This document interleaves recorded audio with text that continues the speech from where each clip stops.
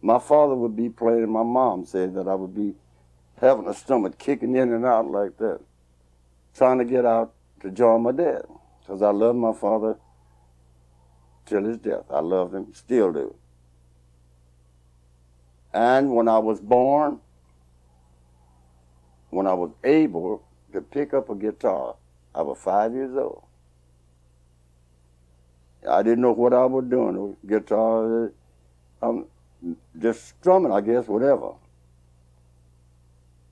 And then as I grew 6 or 7, I tried to make my chords sound like what they were playing. That was Cajun country and bluegrass. That's all my dad played. And if I could get that same sound, I knew I had it right.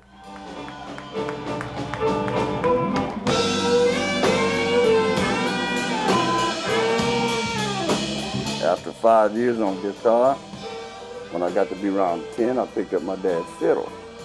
I started sawing on that. I knew nothing about blues, nothing. Blues just come automatically to me as I grew up. I listened to all these blues players, and I decided I didn't want to do that kind of blues, that Delta stuff, because it was too sad. I started listening to big bands, like Count Basie, and I started phrasing my guitar, instead of like guitar, phrasing like horns, and I developed that. See, when I solo, it sounds like horns. It don't sound like no guitar. But I can, and I do sound like guitars on certain things, but mostly I sound like horns. I play horn lines, I play band licks, I play kicks of band, I play all of this.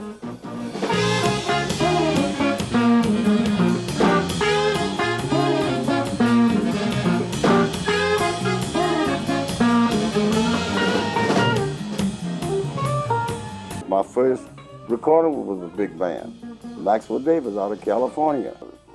The guy I was with, Don Roby, sent me out there on my first airplane ride to do my first 4 records, my first 4 tunes. At that time, you do 4 tunes, that was it. That was your session. I was a drummer for a long time with an old band. My first band I ever worked in as a child was in Orange, Texas, called the Gatemouth. It wasn't my band. I learned to sing.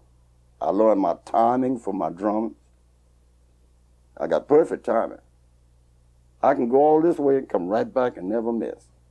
In San Antonio, Texas, I was a drummer with an all-white band called Hart Hughes. He was a flugelhorn blower. And I was making $50 a week playing with his band in the house band. I just got out of service, and that was back in '46. I stayed in service 5 months and 10 days. That's it. I like to went crazy in service. I didn't want to hurt nobody. That wasn't my life, and my CO understood that, and I got an honorable discharge. But anyway, that's another story. Don Roby came in and saw me playing and said, hand me a card, said, son, if you ever in Houston, come by my club, the Bronx Peacock. See, I like the way you sing. Well, nobody knew I played guitar. So one day, I decided to go to Houston. T-Bone Walker was the hot act in that club. About 600 black people, it was all black.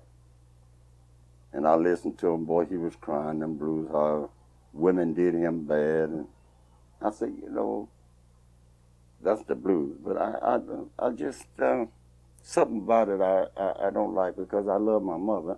But this fella seemed like he hated all women. He must have hated his mother, because the way he talk about women, it's got to be that bad, you know.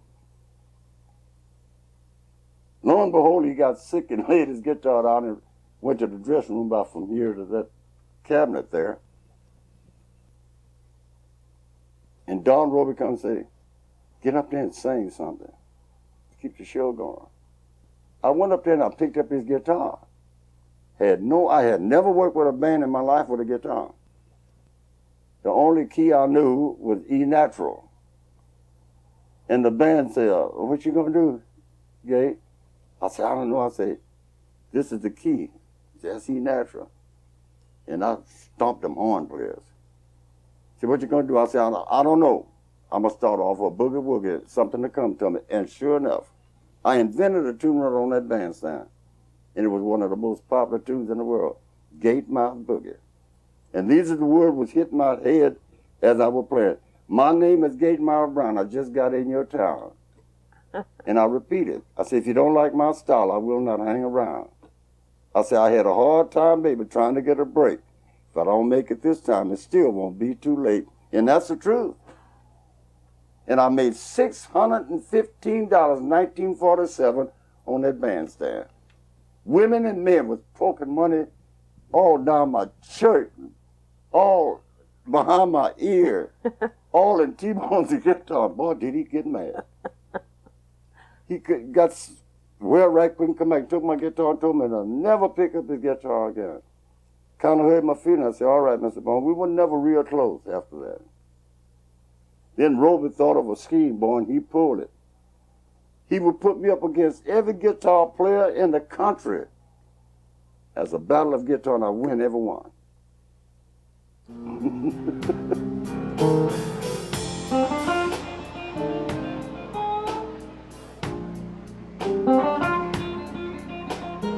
What I express in the blues is to help you understand that life isn't as bad as you think it is, and to do better for yourself as you go along. But most of all is help our kids think right instead of wrong.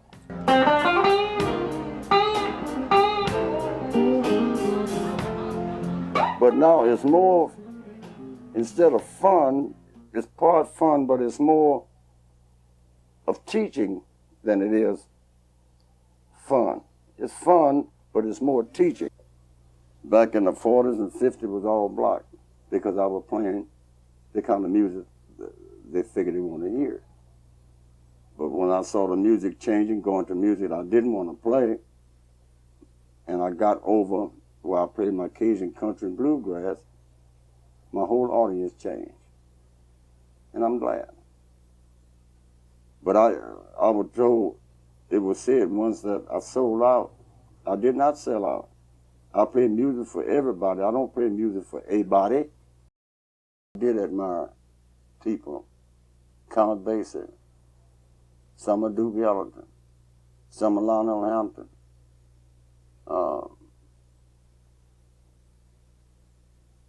I admired people that were doing something that was tasteful. Like Louis Jordan, I admired him for the gimmick stuff that he did was very comical. I like that.